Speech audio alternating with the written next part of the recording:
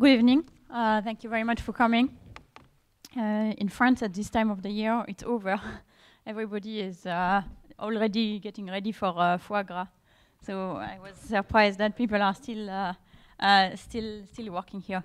So I'm sorry. That's the American cover of the book. I was thinking I should have pasted the Dutch cover at least. What I thought I should do today is not try to summarize what's in the book, not try to summarize a big thesis, one of the reasons being that there really is no such thing, but maybe focus on a few aspects, a few things that were surprising to us, that we found along the way, and you might also find interesting. Let me give anyway a bit of introduction before that. So one of the big debates in the development world is the debate of aid. A lot of the debate about development becomes a debate of aid.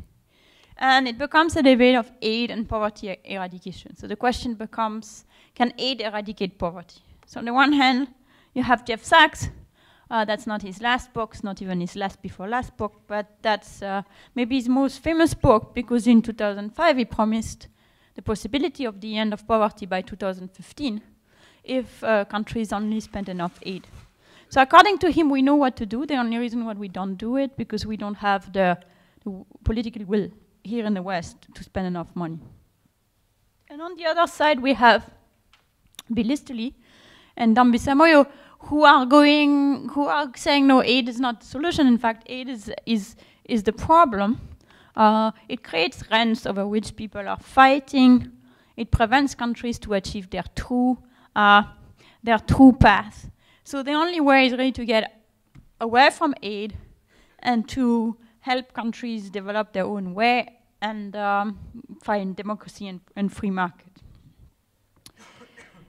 So this debate, that's not the only debate that exists in development, obviously, but that's one of the things that really frame a lot of the conversation.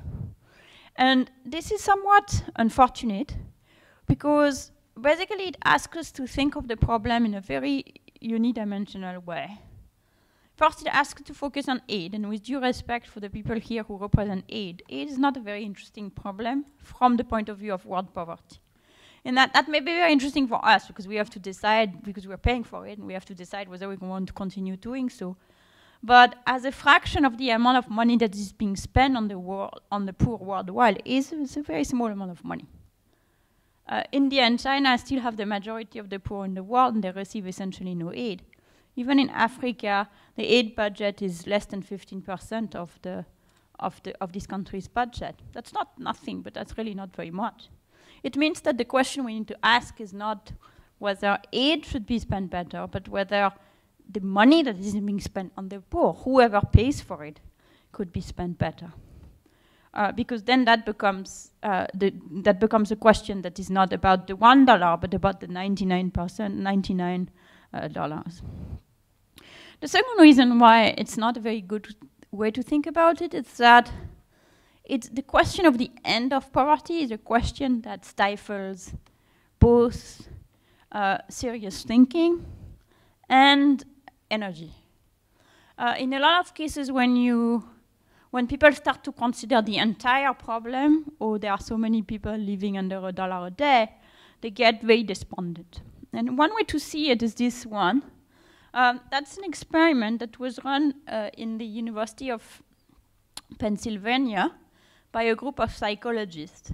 So they showed a picture of a girl. They went to students who were having their lunch in the cafeteria, and to half of them, they showed a picture of a girl like this, and said, this is Rokia, she's 8-year-old from Mali.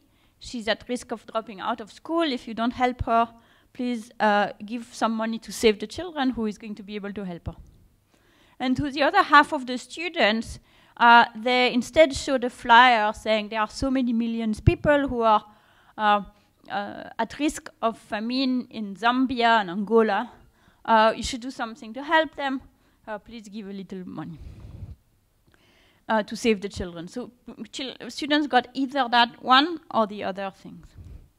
And of course, you might not be surprised to hear that Rokia is a much better fundraiser than the starving millions, Rokia managed to raise $1.16 from the students. It's not that much on average. $2.83 from the students, and the starving millions only 1.16. So that's one thing. We are more attracted by the suffering of one person. But then they did another experiment, which is even more interesting, which is they went to two other groups of students. Before showing Rokia, they say, oh, you know what? In previous experiment, we've learned that people tend to be inspired to action by just one person, but less so when it's millions of people. And then they showed them either Rokia or the millions. And their interest was, is the bias going to be erased? And the bias was erased, but in a somewhat counterproductive way, which is Rokia stopped raising any money. So it's Rokia who went down, not the millions who went up. So what is happening, we think, is that it sort of illustrates our way of thinking about things. I think our first instinct is often to be generous, particularly when the face of poverty is an 8-year-old from Mali. But then we think again, oh, well, this is drop of the bucket, and the bucket probably leaks, so that's not really worthwhile, and so we just get desperate. And what we want to do, and what we try to do in this book, is to say, look, you don't have to, the alternative is not between Rokia and the millions that you can't do anything about. The alternative is not just you can only help one person or you can eradicate the whole problem. The alternative is you can start thinking about the problem of poverty, not with poverty as a big P and eradicate with a big E in some time frame, but you can start thinking about how can I improve the life of the poorest people here and now. And there are many, many dimensions to do it. These are much, much more concrete problems. In some cases we have the solution, in some cases we don't. But at least always we can sort of look for it. This is also something that is more instructive to do than to try to eradicate poverty, because we can, as we try to understand these problems that people are facing and possible solutions to this problem, we find sort of interesting paradoxes and surprises. And that's sort of what I want to show you, just a few of those today. So here's the first one, which is sometimes you can save money by paying people. So that seems to be a bit surprising, and this runs very, very counter to the current ideology in the NGO world, which is that NGOs should be sustainable. That means financially sustainable. Their programs should be sustainable. So if you want to offer something to someone, they should be willing to pay for it. So of course there are things that we don't think should be sustainable. For example, immunization. We think you have so much external benefits, like if I get immunized, that's good for you, that I shouldn't carry the entire cost of immunization. So most countries have agreed, an international institution, to make immunization free. The Gates Foundation, the Gavi Alliance, spending a lot of money on immunization, and yet about 25 million children every year go unimmunized, which is a complete waste of money and lives, because immunizing kids is really one of the cheapest ways to keep them alive. So what's the problem, given that the political will is there, the money is there? That's what you call a last mile problem, which is pretty much almost everything's there, and yet the parents are not taking the last step. So why is that? So here's one place where it's the case. That's Udaipur district in Rajasthan. If you've done tourism in India, you've probably been to Udaipur. That's very beautiful, as you can see. But not very many kids get immunized. When we started the project, about 1% of kids were fully immunized. That means they had gotten the 5 shots that they need by the age of 1. And what are the possible reasons? So the first reason that I want to push aside is people don't care about the health of their kids. Clearly they do. Because although the same kids who is not immunized against measles, if they do contract measles, their parents will spend tons of money on their health. So you have the empty village sub-centers, no one gets immunized, but very crowded hospitals. So people are willing to spend money on health, they just don't do it preventively, they just do it curatively. So what's the problem? Well, one problem, of course, is information. It's quite difficult to understand the value of immunization because it's something that you do and then something doesn't happen. Even at least in the US, there certainly is a lot of misunderstanding, misconceptions about immunization. And sometimes there are waves where people don't get immunized, and then you have these kind of things. So, of course, in developing countries, it's even worse because people have not had high school biology. They don't necessarily have good reason to trust everything people tell them. So maybe they just don't understand how valuable it is. The second thing, however, is even if you've decided to immunize your kid, you need to go from intention to action. And that's where the problem of procrastination that we all suffer from comes in. And in developing countries, if you want to go from intention to action, in India anyway, to immunize your kid, you have to face this thing, which is an empty subcenter. So that's the subcenter is closed. That particular one we photographed 52 times over a year. It's always closed. So that one is predictable. But a lot are not very predictable. So you don't know when it's going to happen, when it's not going to be opened. So you go there with your kid, and then it's closed, and it's kind of painful. So there is a problem of supply that makes the procrastination problem worse. But maybe that's not the only problem. Even maybe if we fix that, there is still like the residual cost of taking a half day off, and the kid is cranky and maybe a little sick. So we decided to run an experiment to try to see, well, how far can we go by fixing that problem and by fixing the procrastination problem by adding a very small incentives for people to go to immunize their kids. So this very small incentive I'm going to show you in a moment was 1 kilo of lentils for each immunization. So a very small amount of money. Represents a very small amount of money. But the NGO was very unsure. They were saying, well, people who either they are going to do it or they are not going to do it because they have a very strong view that immunization is bad, that they are religiously opposed to it. So they are never going to be convinced by your kilo of lentils. So we said, fine, let's do an experiment. So we took the villages in Udaipur, 120 of them, and allocated them randomly into 3 groups. So you see the randomness by the fact that the dots are kind of all over the map. This is Udaipur from the earth. And so the white villages, we didn't do anything. We just left things as they are. In the blue villages, our NGO partners, Seva Mandir, teamed up with the government to open immunization camps. So every month, someone would come, a nurse would come, to immunize all the kids. And they were warned in advance that is coming, and so they could come and immunize the kid, bring the kids. And then in the red villages, we added the incentive. So here were the results. So this is the camps and the camps with incentive. Here were the results. So this is before, where the immunization rate was low everywhere. So of course it's about the same everywhere because they were picked randomly. After about 2 years, the immunization rate was 6% in the control group, so some improvement. 17% in the camp villages, and 38% in the camp with incentive. So you can see that by doing the camp and adding the lentils, you can multiply the immunization rate by more than 6. So you can say, well, that's great, that's nice, but that's not sustainable, with a big S. How can we pay people to do what they should be doing themselves? That's not going. What do we do when we have to go, when we have to stop the program? Is it going to go back to 0? And here my answer is, why do you want to ever stop the program? You could continue. And the reason why you would want to continue is that it's actually cheaper to do it than not to do it. If you really want to immunize the kids, you're going to have something like the camp. But the camp are expensive to run. For every immunized kid, it's about $50.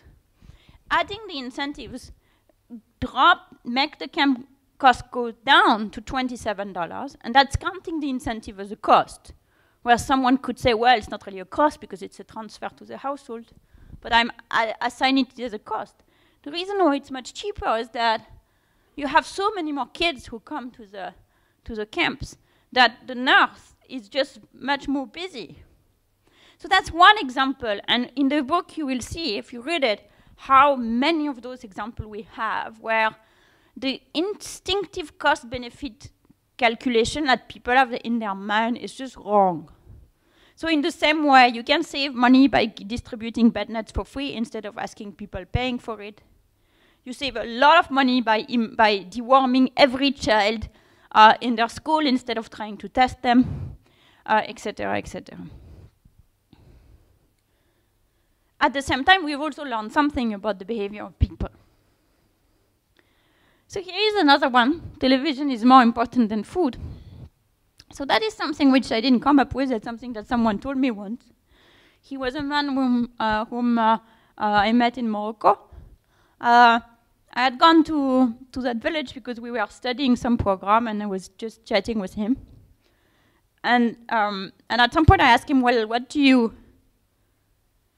would you do if you had some more money? And he said, I would buy more food. That seems to make sense. That's kind of a frequent answer you hear. So then I was like, what would you do if you had even more money? He said, I'll buy better tasting food. I was like, well, that's again food. And I started feeling a bit bad because he had just fed me.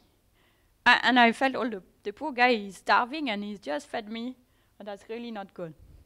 And then I start looking around and I realized he has a television and a VCR and an antenna on his roof. And I was like, but if you are so strapped for food, how come you have a television? He looked at me and said, you don't get it. Television is much more important than food. And he was not joking because subsequently I asked him how he had bought the television. He had not bought it on credit and on an impulse or something. He had saved for it over many years. So that is something which we have to take him seriously on that. Television is more important than food. Television is more important than food. There are reasons to think that that's a legitimate need. He lives in a village. He works about 100 days a year because he's like everybody in this village, completely underemployed. He doesn't have much to do, so life gets very boring and very drab. So television is a very, very welcome distraction there. So is that something which is just like this one man in Morocco or something like that? Well, everything suggests that it's not the case. Here is India, a country where people take their food seriously, as you can see from this picture. India is becoming richer and richer, as you know. The fraction of people who are poor has gone down between 1983 and 2004. But the fraction of people who eat less than 2,400 calories a day, which is some accepted threshold for being malnourished, is actually going up. And yet people aren't complaining. The fraction of people who complain that they don't have enough food is actually going down. So there is some discrepancy between what people say they need and the way they act. Clearly they don't spend their budget on food. They spend a lower and lower part of their budget on food. And the type of food they eat is also more and more expensive per calorie. And what we here being the Indian government think that they should eat. Here's another experiment from China. Very interesting experiment by Rob Jensen and Nolan Miller.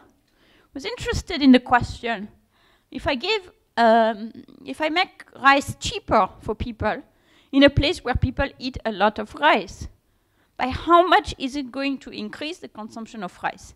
It's your like typical economics 101 interesting question, you know, price elasticity of rice consumption with respect to the price of rice.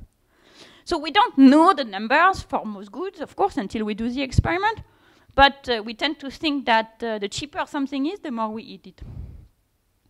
And with rice, at least in this region of China, what is interesting is that when the price of rice goes down by 10%, the consumption of rice dropped by 2.3%. In other words, rice is this very rarest of good called a giffen good, which is it goes up when the price goes up, people eat more of it. That's what was rumored to be the case for potato in Ireland, though subsequently people thought that maybe that's not the case. So what happened there? How come? That's very rare. If the price of iPod goes down, people are going to eat more iPod, not less iPod. So what's going on with rice? Well, the thing with rice is that it's such an important part of people's budget that when you increase the price of rice, two things happen. You have a price effect, which is price become cheaper at the margin, so people want more of it. But you also have an income effect, because it's such an important part of the budget that the fact that it's cheaper reduces the pressure that the households fills. So it makes them richer. And now that they are a bit richer, they feel, oh great, I'm a bit richer. I can stop eating this wretched rice I really hate. I'm going to buy some shrimps. And so what you have is that you reduce the price of rice, people eat less rice and more shrimps. What does that mean? That means that the policies, which are absolutely ubiquitous in the world, which are about making food stuff cheap, basic food stuff, rice in China, wheat or rice in India, are completely misguided if our objective is to make people eat more of those stuff. If we think that it's a way to transfer income, that's a very inefficient way to do it because we might as well give people money that's easier to transport than food. If it's a way to get people to eat more, well, people are not stupid. The price goes down. They say thank you very much. They pocket the money and they do something different. And we have to take seriously what their needs are. That doesn't mean that people are properly nourished. If you look at India, where people don't feel they are starving and 80% of people eat less than 2,400 calories a day, they are very malnourished. Their kids are very malnourished. They are deficient in all sorts of micronutrients. But the issue is that's not something that they feel is a priority. And unless they don't feel it's a priority, if for a public health reason we think that they got it wrong, for example, we're interested that at least the kids eat some well because they will get the benefits of that food over their entire lifetime, then we don't need to try to put wheat down the throat of their parents. We need to find a way to get those micronutrients into the kids directly. And in a way that's easy. That can be making food lunch fortified with micronutrients. That can be making candies available with micronutrients. That can mean trying to improve the food that people like to eat with the micronutrients they need. There are all sorts of suggestions, but that suggests that the one workhorse of food policy is just completely wrong. Let me skip education in the interest of time. Here is another one that one of these cartoon characters. The poor are hungry is one that I grew up with because I was 12 or 13 during the We Are the World concert. That was my cliché. But the cliché of the younger people is the poor are entrepreneurs. Very much like carried by the microcredit movement. It's a very friendly one because at least it takes the poor seriously. And it's based on this idea that so many people among the poor are entrepreneurs. In fact, if you do look at the urban poor, that is the people who live under $1 a day in urban area, half of them operate a small business. Even if you look at the rural poor, 20% of them operate a non-farm business, and of course lots of them have a farm as well. So that means that over half of the poor are entrepreneurs in the sense that they are residual claimant of all of the risk of their activity. In the OECD, that number is about 12%. So that makes a lot of entrepreneurs in that definition of the term. The issue you might ask is, are they entrepreneurs by choice, like because they're entrepreneurial, or are they entrepreneurs because they were forced to? So they're self-employed, but that's not their choice. And one way to get at it is to ask them what they'd like their kids to do, something which we've started to do all around the world. This is the response for Udaipur, the place you saw the picture of. 18% said they would like their kids to be private firm employee. 41% would like them to work in the non-teaching government job. And 34% of them would like them to be a government teacher. So there is no one said they want them to be an entrepreneur. So we are pretty far from the dream of, you will be, one day you will take over my business. That's the last thing they want their kids to do. So how come you can have a situation where everybody runs a small business and nobody wants to run a small business? Well, the answer is pretty obvious. You have to be an economist to even ask the question. Well, everybody runs a small business because they can't find another job. They are just buying themselves a job. That's the best they can do. But then you still have to ask, but how come? You know, if everybody wants a job, that means they are willing to accept a pretty low wage, so I should be able to start a small factory with these pretty low wage workers, and everything should be good. What's the problem? And we think the problem, that's the one graph I'm going to have today. We think the problem is this one. So imagine that this is your firm. This is what's called the production function, which is, this tells you how much of widgets you're going to produce, how much money you're going to get from the widgets you're producing, as a function of how much capital you invest. So when you're very small, suppose you're starting, what's the first small business that people all start? Small shop. So they take a room in a house, you know, start building shelves. The first few things, a few goods they buy, when their shelves are empty, if they start buying goods, then they are going to, you know, make a lot of money from those. So at the beginning, any additional packet of biscuits they may have is going to create a lot of money. But that flattens down pretty quickly, because once their shelves are full, if they wanted to expand the shop, they would need to, you know, get an assistant and all that, and they can't really do that, and the village is not that big anyway, so eventually it will flatten out. And if they want to really increase the business, they need an influx of much more fixed capital to can start on a higher scale, so to move from the one village shop to, you know, the like local Walmart or something. So there you'll need to, and if you manage to do that, then you can become very productive. So think of it, another way to think of it is someone who has a sewing machine in their house versus someone who starts buying automatic sewing machine. They are in both cases producing dresses, but with a different technology. And one can use many, many more textile than the other. So the problem is that nobody wants to be in the middle over here, because in the middle you're making less money than you're putting in. So people are either over here or over there. And there is a big, it's called missing middle, so there are no medium forms. So if you look at the structure of industrial production in India, for example, at the top you have very highly sophisticated form. I'm not talking about software, even in textile, chemistry, etc.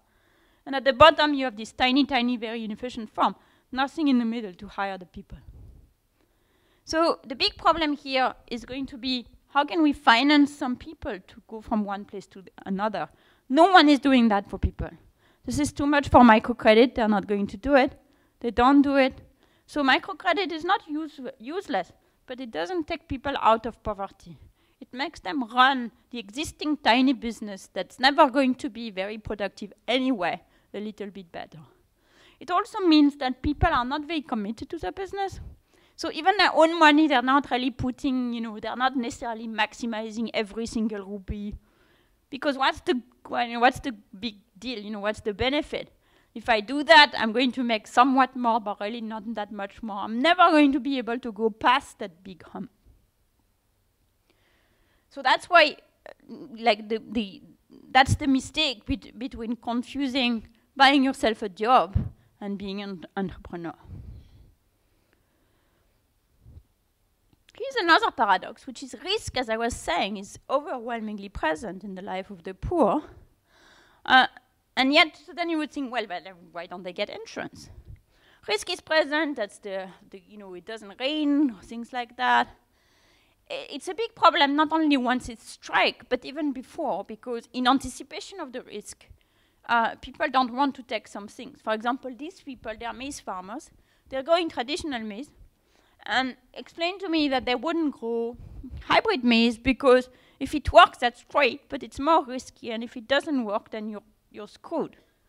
So people prefer to stay with the safe, secure technology that they are used to than something which has higher return but higher risk. So risk maintains people in poverty, not only once it's struck, but even in anticipation.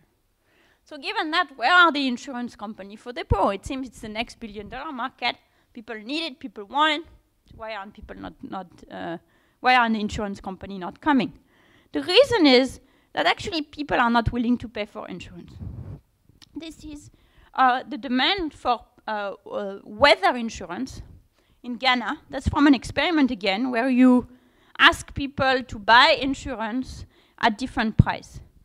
The insurance they are trying to sell, this is an experiment by Dean Carlin and others, very simple product where you buy a policy, and if it doesn't rain, the policy pays you. So I don't need to go to your field, I don't need to verify what you've done, it's very simple. If it doesn't rain, you get money. If you bought, $100 worth of policy, you get that much if it doesn't rain. So if you offer it for free, people are willing to buy it, that's encouraging. You would think that it should be the case. But as the price increases, that goes down. The price that you need to charge to equate the loss and revenue on average is 9.5, and at 9.5, the demand is only 40%. If you want some small change to actually run your insurance company, you want to sell it for 12 or 14, the demand is basically gone. So basically, there is no price at which someone is willing to sell and someone is willing to buy, which explains why there is no market for this very nice product, which is weather insurance. So you ask, why is that the case? And I think the reason why it's the case is that that product is too simple. For people, it means, well, suppose it doesn't rain. There are no weather stations every 5 meters in Africa. They are pretty few and far between. So it could be that the weather is just above the threshold in the weather station and it's very dry in your own field. And in that case, you don't get paid. So from the point of view of the people, what you're trying to sell them when you sell them this product is a lottery. It's a lottery which pays sometimes and doesn't pay in other times. So of course you can explain, well, but it's a lottery that pays you in the state of the world, that is more likely to pay you in the state of the world where you are not doing well, so you should still want it. But by the time you finish with that explanation, they're like, you're crazy, I'm already so risky, you're going to want to try to sell me this thing that again is not going to work most of the time. And that's just not working. So in part, it's a way of, having tried it out. In part, it suggests that it should be subsidized. But that's an interesting thing, because this is the place where you would think, oh, there is an obvious market. All we need to do is organizing that market. And clearly, there is some fundamental reason why that market is absent. And every effort to introduce this product so far has been pretty unsuccessful.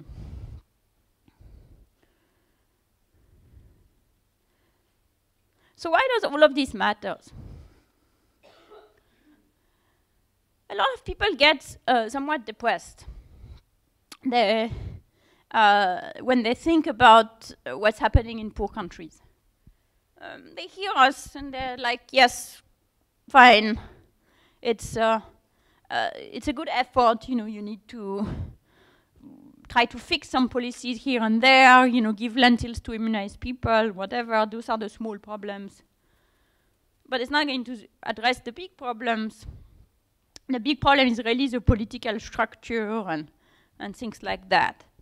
And depending on whether you're right-wing or left-wing, if you're left-wing, this is the capitalist conspiracy against the poor. If you're right-wing, or some form of being right-wing, it's some kind of culture of laziness, or they are just not meant to,